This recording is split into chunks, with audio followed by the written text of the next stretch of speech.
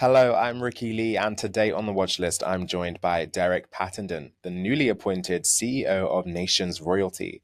The company has announced a new leadership transition as it looks to build and differentiate its position in the mining royalty space.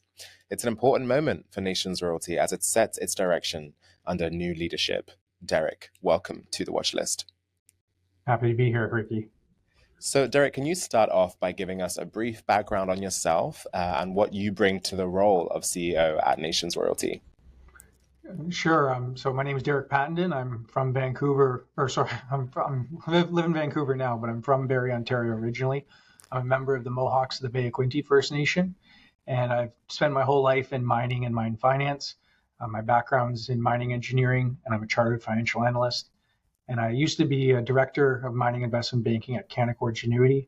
I did that for 15 years, was predominantly focused on mergers and acquisitions. So I was a financial advisor to mining companies against other mining companies. Got very lucky in that career, probably worked on a little over $20 billion of equity value in transactions, over 30 completed M&A deals, and probably about 15 of that in the gold space. So I'm, an Indigenous gold-focused M&A guy, and that lends itself quite well to building an Indigenous-owned and controlled mining royalty company, because mining royalty companies is really continuous M&A where your team's constantly looking to acquire new assets and strike new deals and build a larger and larger mining royalty portfolio. Amazing. And so then tell us, how do you plan to grow and differentiate Nations Royalty's portfolio within the competitive mining royalty space? And how does your background as an Indigenous man affect that?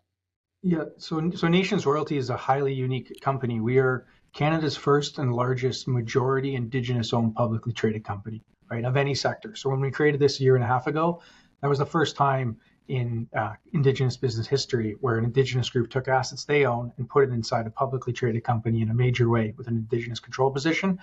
And there's, an intent behind that.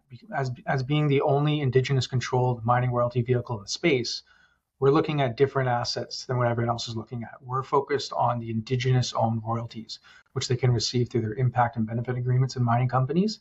And, it's not just myself, it's Indigenous. Our entire management team's Indigenous, and that definitely adds an extra layer of passion and excitement to get this going. And we all firmly believe that the Indigenous peoples of Canada would be well served to create a mining royalty company of their own. We think there's a ton of untapped power behind that idea. We'd like to, bring it to fruition. Amazing. And so then with all that being said, in your first year as CEO, what will be your top priority for the business? We just finished raising about Canadian $15 million.